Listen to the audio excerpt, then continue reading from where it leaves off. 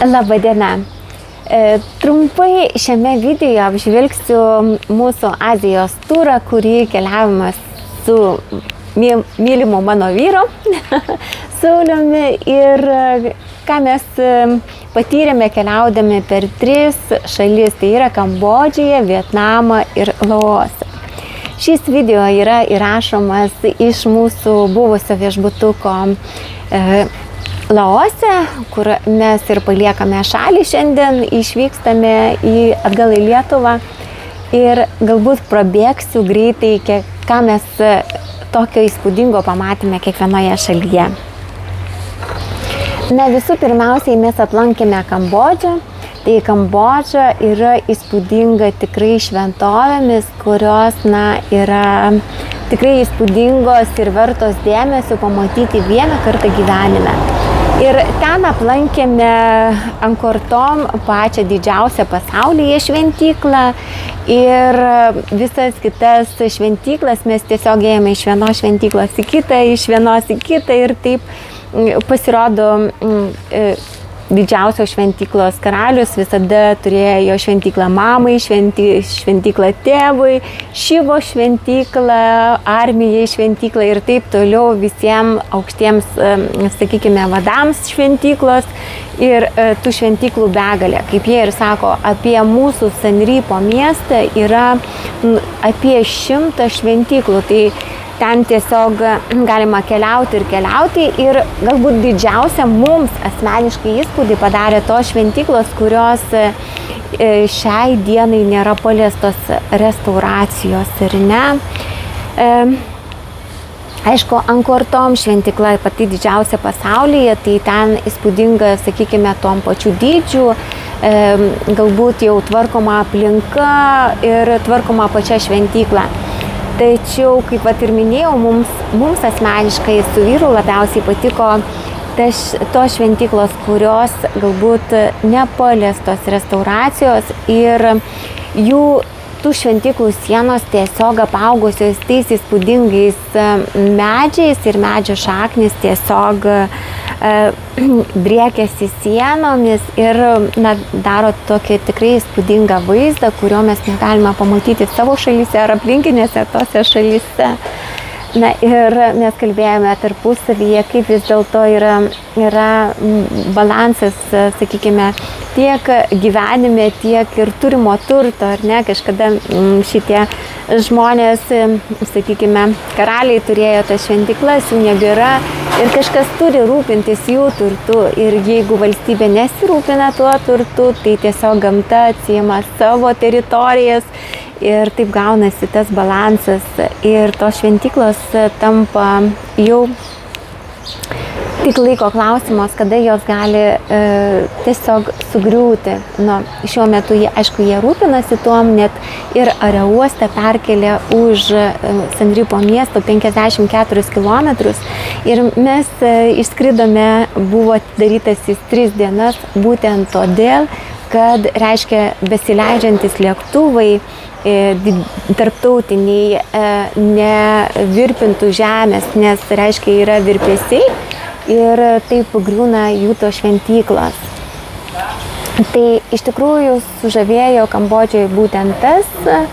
Ir aišku, mes aplankėme aplinkui vietovės, kurios tik tai buvo galimos, tai yra plaukiantis kaimas, tai vėlgi įspūdis didžiulis, nes tu nesupranti gyvendamas, sakykime, Lietuvoje, kaip galima gyventi visą gyvenimą tiesiog kaime, kuriame visą laiką apačioje yra vanduo. O šitas kaimas turi ir šventyklas, ir mokyklas, ir savo kooperatyvus ir taip toliau. Ir ten mes plaukiam mangrovių miške, kur tikrai atsipalaidavimas tiesiog nerealus mūsų potyris ir pasimėgavimas tikrai buvo didžiulis. Ir žinoma, krioklys vėlgi padarė didelį įspūdį. Tačiau keliaujant į kitas šalis, mes vėlgi pamatėme kitus krioklius ir vėlgi čia, kas liečia krioklius, tai yra vanduo ir atsipalaidavimas. Nebent tokios asociacijos yra siejamos su mano ir mano vyro siela ir, sakykime, Tai va tiesiog galima sakyti taip. Antra šalis, kurią mes keliavome, tai buvo Vietnamas. Mes nusileidome į Hanojus miestą. Ir kaip jie sako, Hanojus, yra tiesiog motobaikų miestas, ar ne, nes žmonių begalės sumaišties, kai tu nusileidi ir pamatai tiek daug tų motobaikų, kurie kiekvienas turi savo vietą, savo erdvę ir savo taisyklės, nes eismas ten yra pagal savo Hanojaus miesto arba Vietnamo taisyklės sukuriamas ir visi turi pravažiuoti būtent taip. Ir kai tau reikia pereiti gatvę, pirmą dieną dar tu bijai, antrą dieną tu tiesiog eini, nes žinai, kad jie sustos ir praleis tave, nors atrodo beprotiškas sumaištis, kai stebi iš šono. Ir iš Hanojaus mes keliavome į salyną, Halong Bay salyną, kur plaukėme ir praleidome visą dieną laive, stebėdami tas iškilusias uolas iš vandens. Vėlgi buvo tokia įdomi kelionė. Pakeliui aplankėme perlų fermą, ir gamyklėlę, kuriame jau yra, auginami tie perlai, paruošiami perlai, apdorojami. Ir galų gale, kada jie jau užaugo, yra kuriami papuošalai ir kosmetika, tai vėlgi padarė didžiulį įspūdį. Galbūt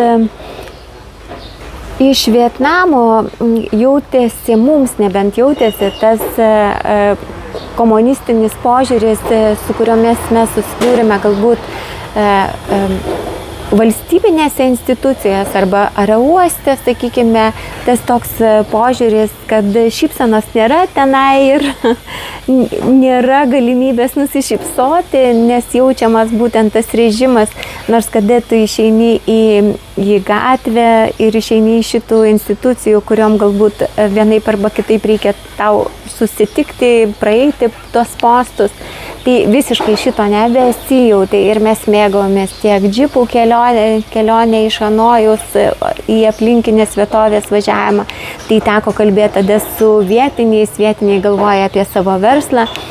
O jeigu mes užvažiavome už miesto, tai matosi didžiuliai, sakykime, priemiesčio kvartalai, kurie yra, sakykime, dar neapgyvendinti, tačiau galbūt milijoniniai namai, milijoninių vietų būtų pastatyti namai, kurie laukia, kol bus atidarytos gamyklos ir ten bus masiškai užpildomi būtent šitie rajonai.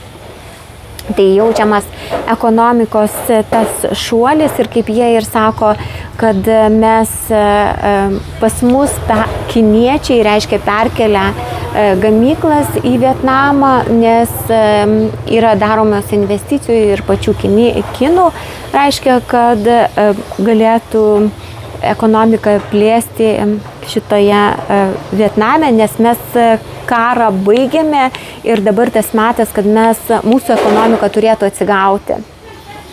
Tas požiūris tikrai yra toks. Ir galbūt kas dar toks vienas momentas palikom Vietname įspūdingas, tai kad žmonės tiesiog vakare sėda gatvėje, užsisako kavinėse ir patys prie staliuko verdasi, gaminasi valgyti. Ko mes galbūt Lietuvoje ir nematome ir aš sakau, pirmiausiai reikia išmokti dar, kaip čia virti tą valgį, būtent kada užsisakai ir ką ten dėti į tuos puodus, kada tu tikrai atvažiuoji iš tos šalies, kur tokios kultūros visai nėra. Tai va, tiek apie Vietnamą galbūt ir sekantis nusileidimas buvo mūsų Laose.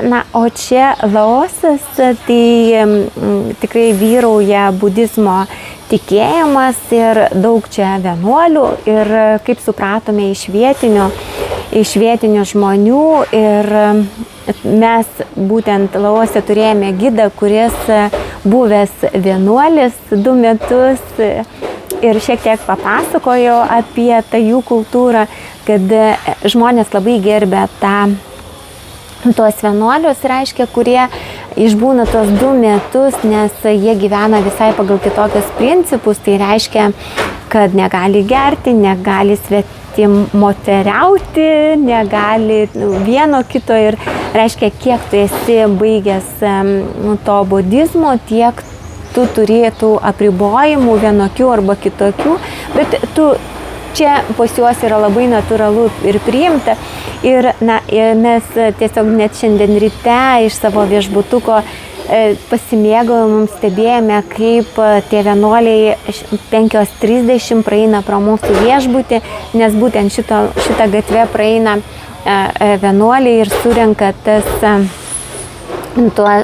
padėkas, kurie suneša čia vietiniai žmonės. Na ir tiesiog pereitą kartą mes buvom nuėję prieš tai naktį pasižiūrėti, prieš tai ne naktį, o rytą, kaip reiškia jie ateina ir matėme, kaip susėdė žmonės, tiesiog aukoja tiek pinigus, tiek maistą, tiek reiškia tuos ryžius. Ir šitie vienuoliai gyvena būtent iš tai, ką jie susirenka eidami iš ryto. Na ir galbūt Laose mes tiesiog labai atsipalaidavome ir leidome savo tikrai mėgautis to gyvenimu, kuris čia vyksta aplinkui. Plaukėme Mekongo upe, kuri yra didžiausia pasaulyje, 7 pagal dydį pasaulyje. Įspūdinga tikrai upė, tos baržos plaukioja čia, turistų šiuo metu, sakė, yra nedaug. Tai daug prie krantų stovinčių, dar laukiančių, sakykime, jos ne visos išplukdytos buvo. Ir čia aplankėme be galo įspūdingą krioklį, kuris paliko tikrai nerealų įspūdį. Ir tas jausmas tiesiog yra neperdodamas, kada tu stovi prie šito krioklio ir matai tokį grožį, kuris, akise tiesiog tirpsta, o jausmas yra neapsakomas. Ir galbūt mes tiesiog, negalbūt, o iš tikrųjų sau leidome paskui kelionę užbaigti, tai yra vakar užbaigėme kelionę ziplainu ir turu po visą miestą, vietinius turgelius aplankėme ir ziplaino tikrai turas padarė įspūdį, nes važiavome gana tolokai už miesto, kuris yra, gana tolokai reikėjo persikelti per Mekongo upę, ten gidas padėjo susirasti tuktukas ir suorganizavo mums, kad galėtume turėti šitą potyrį. Ir taip užbaigėme šitą savo turą, kuris tikrai paliko įspūdį mūsų gyvenime ir patirtyje. Tai tiesiog trumpai galbūt tiek norėčiau pasakyti, kad mes aplankėme tas 3 šalis, kurios yra viena šalia kitos. Tačiau potyriai, jų žmonių gyvenimo būdas, žmonių požiūris į gyvenimą galbūt, sakykime, yra visiškai skirtingas. Jei Kambodža yra visai neturtinga šalis, tai va ten jaučiasi, sakykime, tų šventyklų įtaka ar ne, žmonės irgi gyvena paprastai.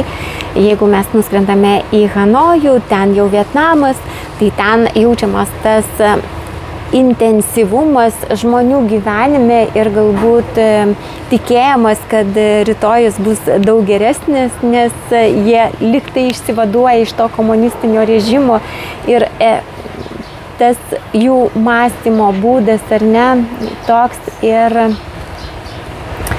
o Laosas yra tikrai poilsio, atsipalaidavimo tokia vieta, kur viskas ramiai, budriai ir labai paprastai vyksta.